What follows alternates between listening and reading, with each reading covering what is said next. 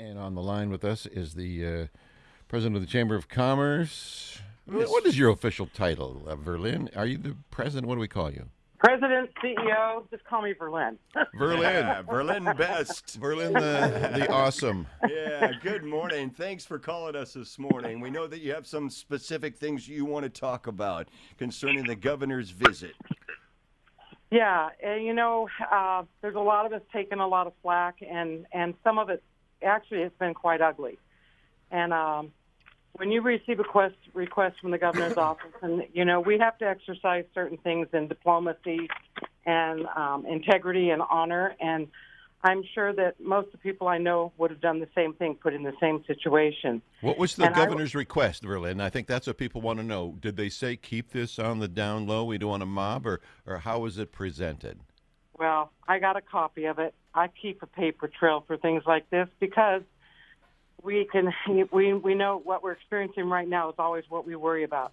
And in my memo, it says, we would like to invite you to a meeting with the Governor Inslee to discuss ongoing efforts regarding Yakima County's current COVID-19 situation. Please confirm your attendance for tomorrow. Now, a little ad lib. I received this at 10:03 p.m. I did not get this till the next day. Okay. Because I was in bed. Please confirm your attendance for tomorrow. We ask that you keep these meeting details internal and that you bring a face mask to the meeting. I have included the parking location attachment and no parking pass is required. That's exactly what I got. I was asked to keep the meeting details internal. We all know what that means. We have an understanding of that in our world, and that's exactly those of us that were invited that are well, of course, being questioned about it. So, by honoring that, Verlynn, you were a total sellout to this whole community. You know that, and that you turned your back on the people that you were duly elected to. Wait, you weren't duly elected. My bad. You turned your back on all of the folks that you're supposed to represent, so we couldn't be there and bitch at the governor. How dare you? I know. Isn't that a terrible thing that I have some integrity and some honor in the way I conduct myself in my position? I mean, it's a really sad thing when your leadership shows leadership. Well, what? And you want to know my personal opinion on it?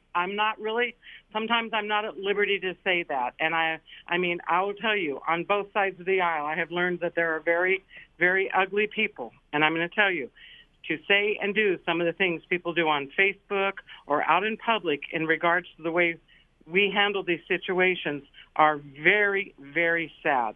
That's how they do. I always say, I love the fact that we have the freedoms we have of speech and everything else. But when you start telling lies and you start misconstruing information and putting people's, basically, sometimes it got scary. I will tell you, after the governor's meeting, a friend of mine, because of some of the postings on Facebook, brought me a can of mace. Well, I'll tell you, nobody should have to endure that. I kind of tried to go to bat a little bit yesterday. In fact, I was going to do a whole riff on that today after talking with Vicky and a lot of people that I like see things differently. Okay, Yes. and I'm going to call them up by name. Scott Brumback, Bulldog Tough. Scotty B, great guy. Really like Scott Brumback, and he's a patriot. He's a red, white, and blue guy all the way. One of the things that we differ on in some areas in our conversations, and it doesn't make me like him any less, is that he's a little more forcefully in your face than I am at times. And so what I tried to do when you guys had your meeting was to say, look, this is the governor's first meeting. He's come here. He's asked for this. Yes, he's been a pain. Yes, this has been ridiculous. But I see it as a matter of statesmanship and respect and hope for the outcome that we conduct ourselves properly on this one. First time he's here. All bets are off after that, in my opinion. Okay, you extend the courtesy, you do what needs to be done. It doesn't sell out the process. It doesn't not play to transparency. It's your interpretation, and it would be mine, of the duties of the job. And in an effort to bring about the desired result, you conduct it in a certain way.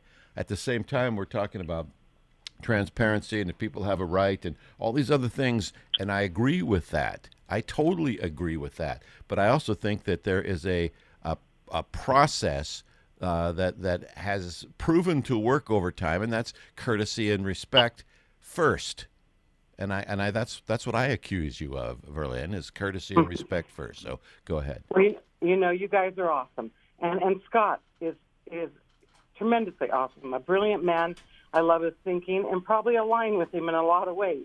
You bet. But when you're in a position like mine, and you're not, we can't be partisan or not supposed to be. I can tell you, my board has called me to rein for a couple of my Facebook postings because people would call and complain about them. And so, I get it from both sides, and that's what's interesting to me. I've always been a God, family, country kind of girl. I say that to you guys all the time, and that's what I still am. I haven't changed my position in any way, shape, or form.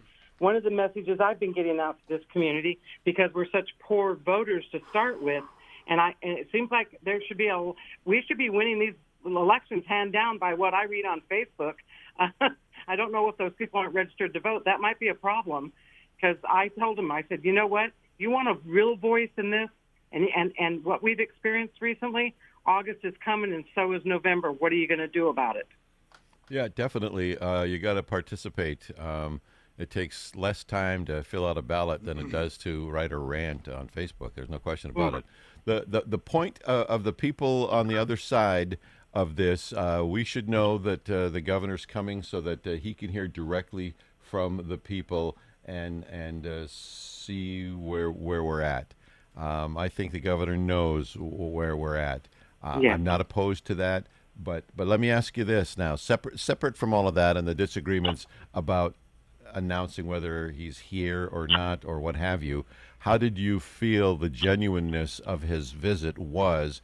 Was this a photo op, as some have said, where we were used, or is this a legitimate effort to see if there's a way to get Yakima to open up? Well, I'm ever the optimist. I'm hoping for the best. We know how this governor positions himself time and time again. And after meeting with him, and then I listened to his press conference, and I'm thinking, well, I don't think that did much good.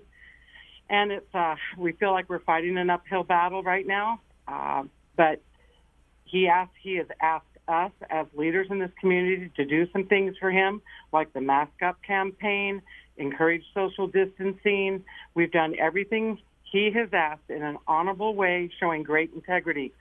We're watching him very closely now to see if it's reciprocated. And it needs to be reciprocated quickly. I will tell you, the mayor outright told him that we want to be open today. I mean, we are not, we're not going in there and like I said, with misinformation. I told him, if you want to light the ring on fire, I will jump through it to get my businesses opened in this community. Right on. I told him what is happening is egregious, it's discriminatory, and it's not right. And you cannot justify it, and do not use the word essential with me, because I got a lot to say about essential. Well, good to hear. People who weren't there wouldn't know that was the message as delivered. I'm wondering, did the metrics, the numerical metrics? I've heard kind of conflicting opinions. This 25 cases over 2 weeks. Is that Inslee's number, or is that the health district officer's number?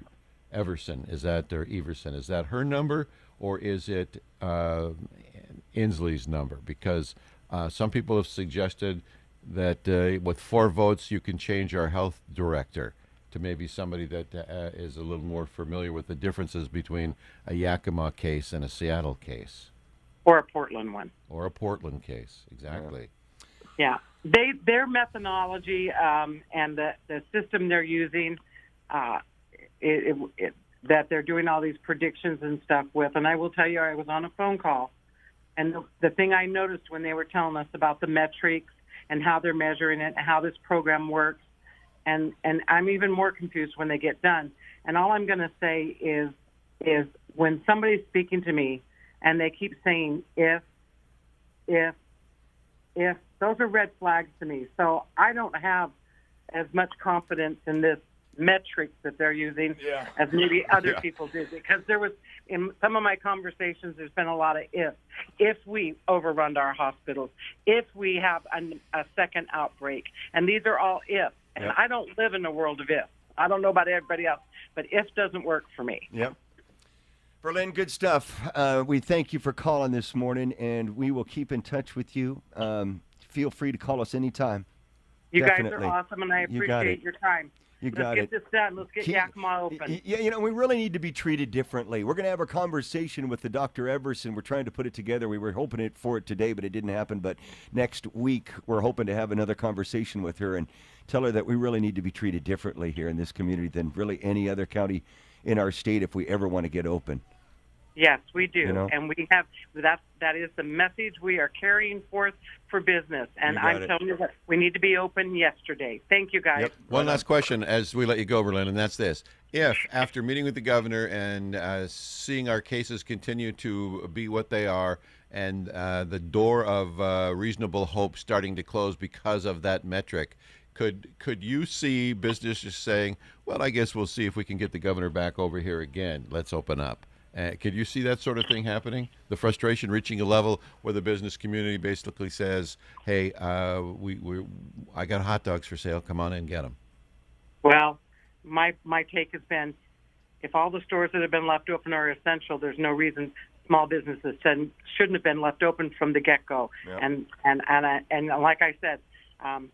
There's those that are going to call and tell on people that are open. There are stores that are already open. And I tell people, they call me and say, well, do you know which ones? And I go, no, you're going to get my name, rank, and serial number. That's it. That's right.